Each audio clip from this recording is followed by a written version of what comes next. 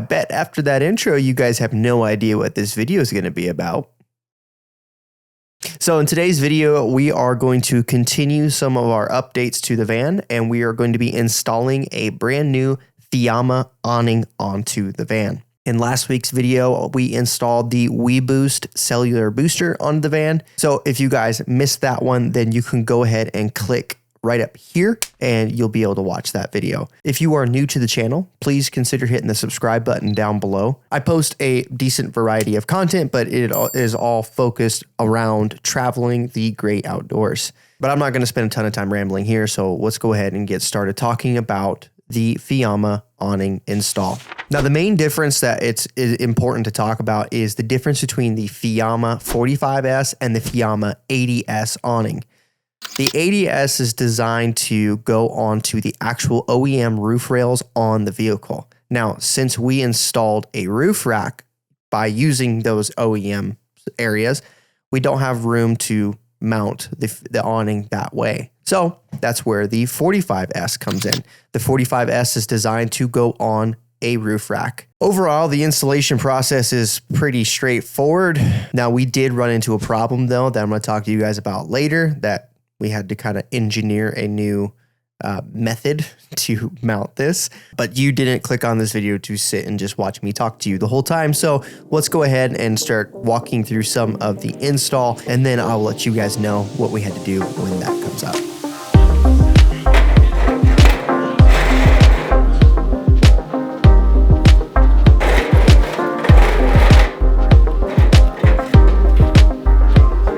So what we're doing here is measuring the backside of the awning to see where the brackets go. Then we transcribed it to a piece of cardboard so we understood where those brackets lined up on the roof rack.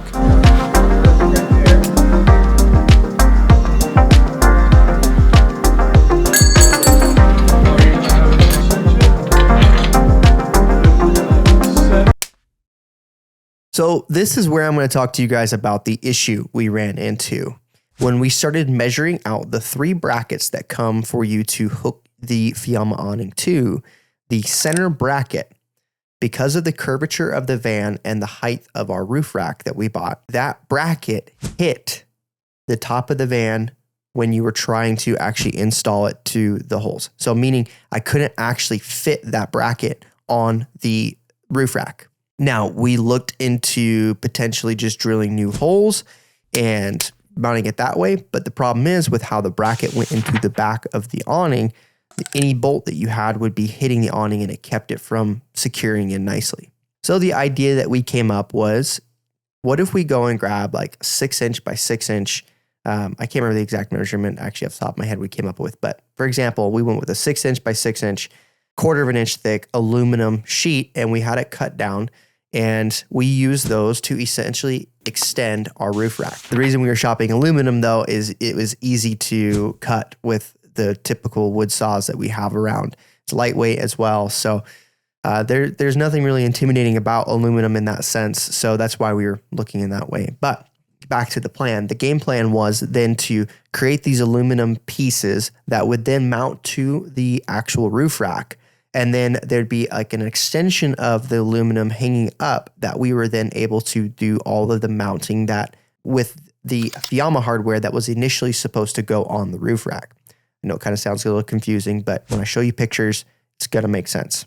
Now, I don't know if this is an oversight on the roof rack company. I was told that the roof rack would be able to fit an awning, but I'm still waiting to hear back from them. So I'm going to learn more about that. But we have seen some videos in the past where people have to make an adjustment to that middle bracket by drilling out the holes a little bit further and giving yourself a little bit more room.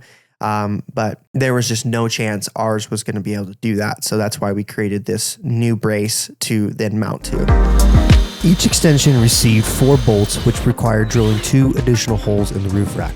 We then bolted the bracket to the extension, and don't worry, we made sure everything was straight before we cinched it down. Lastly, we needed to drill holes in the awning itself so a small bolt could be fastened when attached to the brace. This is where marking the cardboard earlier came in handy.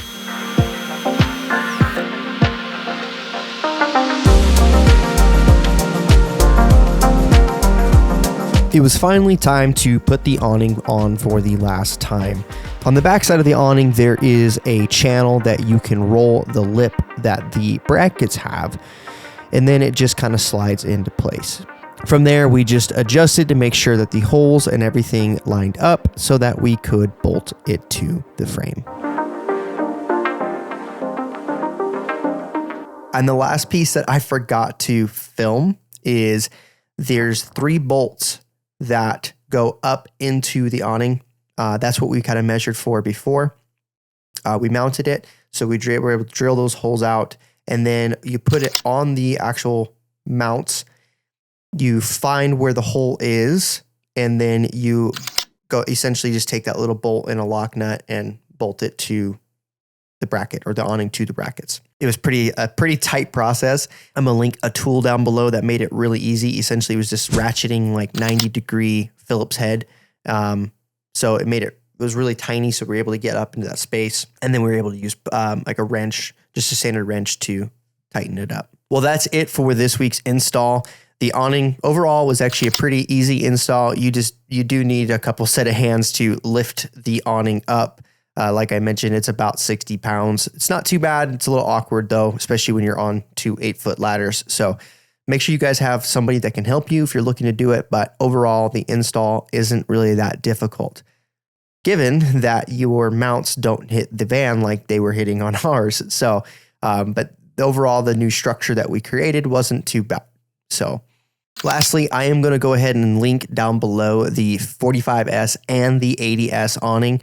So if you guys are wanting to purchase this and install it on your van, then you can do so down below. I will let you know that these are affiliate links, as well as other affiliate links I have down below in the description. There's going to be no extra cost to you when you purchase using these links. It just is a nice way of supporting the content that we're creating. Also, if you guys have any questions on the install, then let me know down in the comment section. I will do my best to get back to all of them. And if you guys need more details, then I can create a follow-up video in the future. If you guys enjoyed the content, then please consider giving the video a thumbs up. It does help promote it to new people. Also, again, if you are new and you made it this far and you enjoyed it, then please consider subscribing and come hang out with us on the other videos. For those of you that are already subscribed and have been watching a few of my videos in the past, then thank you for coming back, and look forward to making some more content for you guys. Next week's video is going to be a fun one. I have another install happening, and it really made the van look awesome. So I can't wait to share it with you guys. But that's it. Peace out.